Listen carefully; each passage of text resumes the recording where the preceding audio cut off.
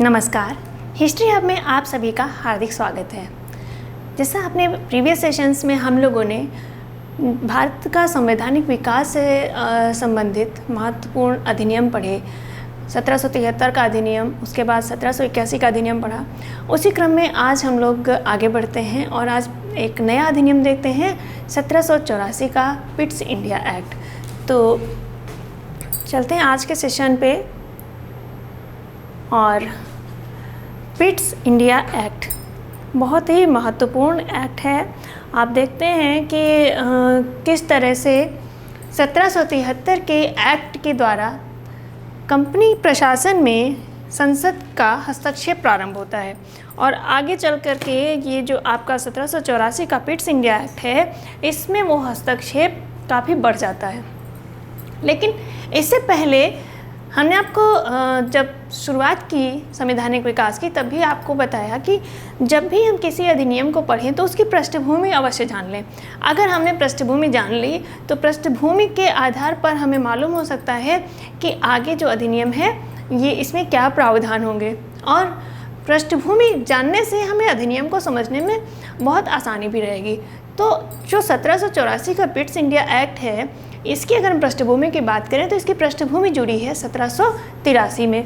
तो जो 1783 में क्या होता है कि इंग्लैंड में एक गठबंधन सरकार होती है और उस गठबंधन सरकार में जो लॉर्ड नॉर्थ हैं ये होते हैं प्रधानमंत्री, और उन्हीं के एक मंत्री होते हैं जेम्स फॉक्स। तो एक गठबंधन सरकार चल रही थी और उस गठबंधन सरकार के समय जो जेम्स फॉक्स है, जेम्स फॉक्स ने 1783 में, फॉक्स मतलब यहाँ पर जेम्स फॉक्स ने 1783 में भारत से संबंधित एक बिल या एक विधेयक संसद में प्रस्तुत किया।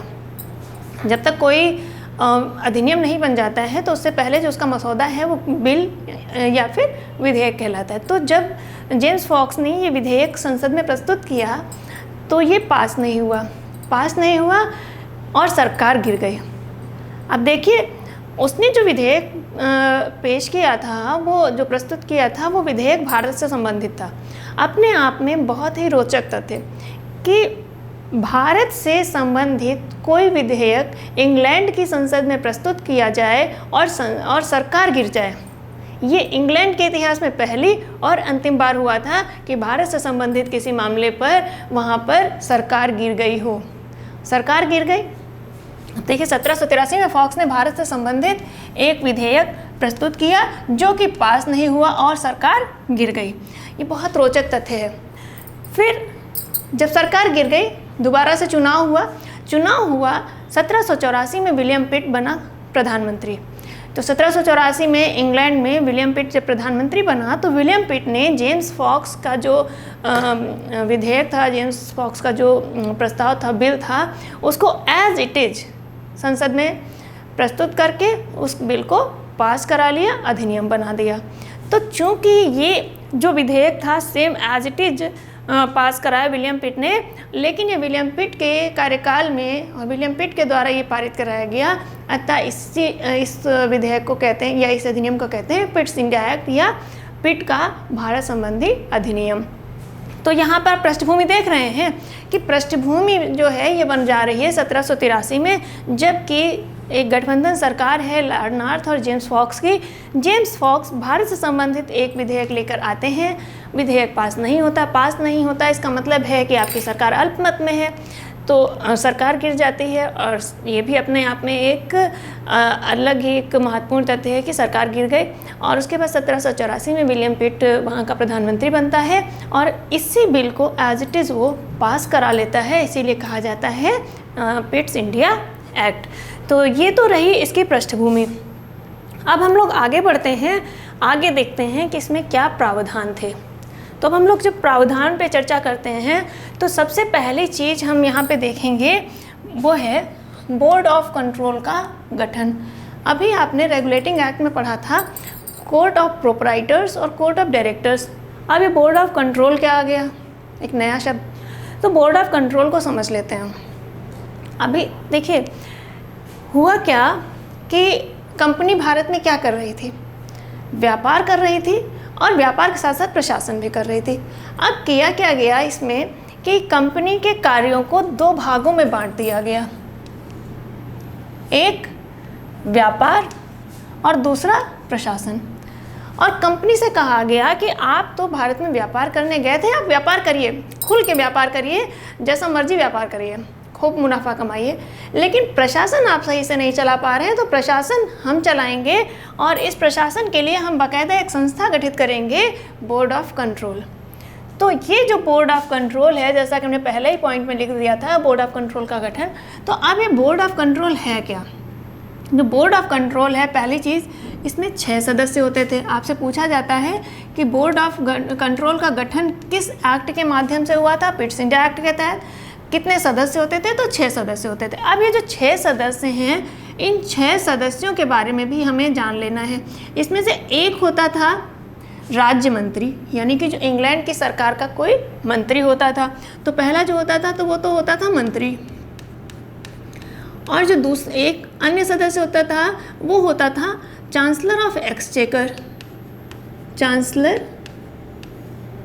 ऑफ एक्सचेकर, और चांसलर ऑफ एक्सचेकर की तुलना हम वित्त मंत्री के साथ में कर सकते हैं। जो चांसलर ऑफ एक्सचेकर है, इसकी तुलना किसके साथ कर सकते हैं?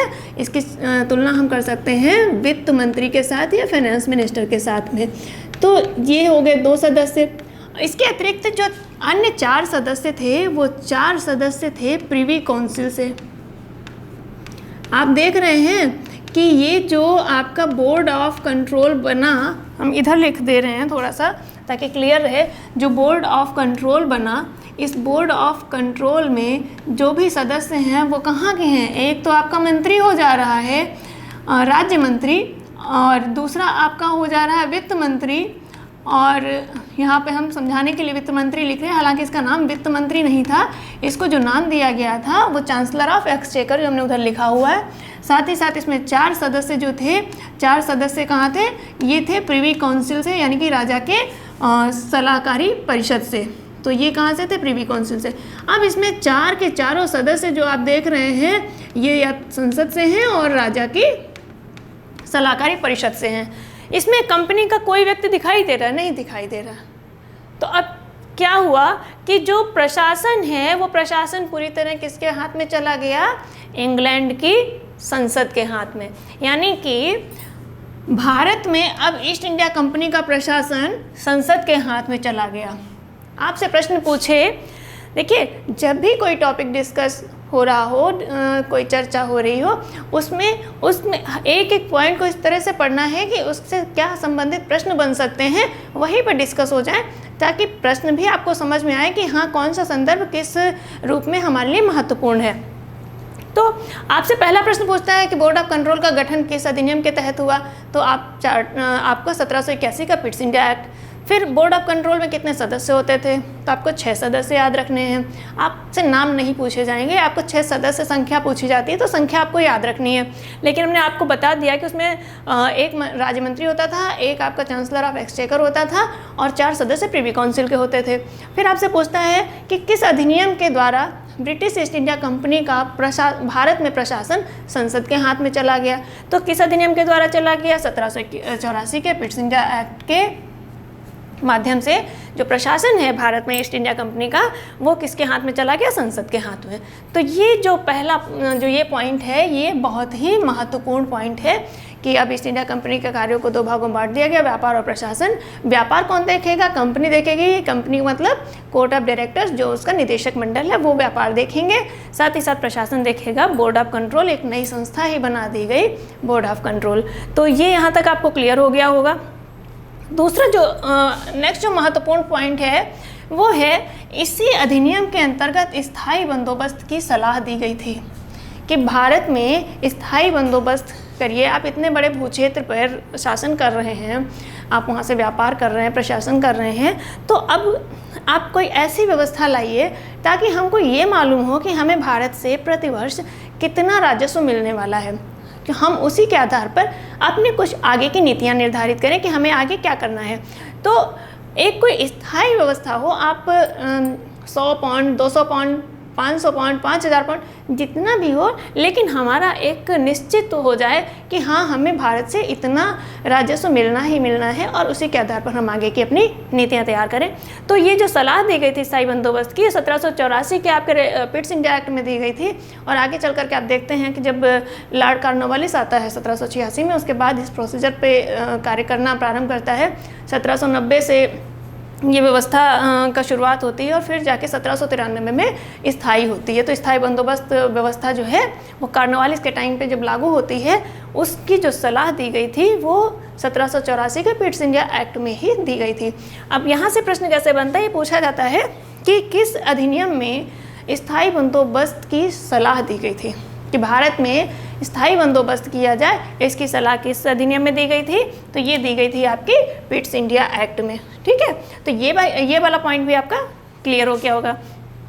नेक्स्ट है, ये बहुत महत्वपूर्ण नहीं है लेकिन अब अधिनियम में प्रावधान है तो कभी पूछा भी जा सकता है, इसलिए यहाँ पे लिखवा दे रहे हैं। इस एक्ट में यह भी प्रावधान किया गया कि अब ईस्ट इंडिया कंपनी का उद्देश्य व्यापार है, विस्तार नहीं। एक्चुअली कोई प्रावधान नहीं थी, ये घोषणा की थी ताकि जो भारतीय हैं उनका सहयोग प्राप्त कर सकें और जो एक दूरी बन रही है वो दूरी समाप्त हो सके। इस उद्देश्य से ये घोषणा की गई थी कि अब जो कंपनी है ये भारत में व्यापार करेगी, इसका उद्देश्य कोई भी युद्ध करके क्षेत्र विस्तार करना नहीं है। हालांकि ये कोरी घोषणा ही रही, क्योंकि आप आगे देखेंगे कभी वेलेज़िली आएगा तो युद्ध तो नहीं लेकिन सहायक संधि के माध्यम से राज्यों का विस्तार करेगा, अपने साम्राज्य का विस्तार करेगा। फिर डलहौजी आएगा तो वो भारतीय राज्यों का विलय करके अपने साम्राज्य का विस्तार करता है। तो ये सिर्फ घोषणा रही, हकीकत में ये नहीं आई, लेकिन अब ये घोषणा थी तो या प्रावधान इस अधिनियम में था, तो ये इसलिए आपको पढ़ना जरूरी है। फिर अगला जो प्रावधान था वो था, ये देखिए ये महत्वपूर्ण है, भारतीय क्षेत्रों को कंपनीज टेरिटरीज ऑफ इंडिया के स्थान पर ब्रिटिश पोजीशन इन इंडिया कहा जाने लगा। अब देखिए क्या है, यहाँ पे क्या है, कंपनीज टेरिटरीज ऑफ इंडिया, और यहाँ पे क्या है, ब्रिटिश पोजीशन इन इंडिया। क्या फ़र्क दिख रहा है? थोड़ा सा शब्दों में फ़र्क किया गया लेकिन अर्थ पूरी तरह से चेंज हो गया। अभी तक क्या था, companies territories of India, territories यानी अधिकार क्षेत्र, और जहाँ अधिकार क्षेत्र की बात होती है वो सीमित होता है, और वो किसकी टेरिटरीज थी, कंपनीज की, यानी ईस्ट इंडिया कंपनी के टेरिटरीज। यहाँ पे कंपनीज की जगह किसने ले ली, कंपनीज का जो स्थान ले लिया, ये स्थान ले लिया ब्रिटिश ने, यानी कि अब वो भारत में ब्रिटिश क्षेत्र हैं। और पोजीशन, यहाँ क्या है, टेरिटरी, और यहाँ है पोजीशन। पोजीशन मीन्स अधिकार, अधिकार क्षेत्र सीमित अर्थ में होता है, और जबकि अधिकार ये अपने आप में संपूर्ण होता है, यानी कि अब ये भारत में ब्रिटिश अधिकार है कि ये जो क्षेत्र हैं, जिन क्षेत्रों पे कंपनी अपना साम्राज्य स्थापित किए हैं, वो क्षेत्र अब ब्रिटिश के अधिकार में हैं, तो उन पे ब्रिटिश का अधिकार है। तो यहाँ पर ये थोड़ा सा संशोधन किया गया, शब्दों में हेर फेर किया गया, संशोधन नहीं हेर फेर किया गया, और पूरा अर्थ ही बदल दिया गया। तो आपसे प्रश्न पूछा जाता है कि किस एक्ट में ये प्रावधान किया गया कि अब भारत में जो कंपनी का क्षेत्र है उसे कंपनीज टेरिटरीज ऑफ इंडिया ना कह करके ब्रिटिश पोजीशन इन इंडिया कहा जाएगा। तो ये प्रावधान किया गया था आपका किसमें, 1784 के पिट्स इंडिया एक्ट में।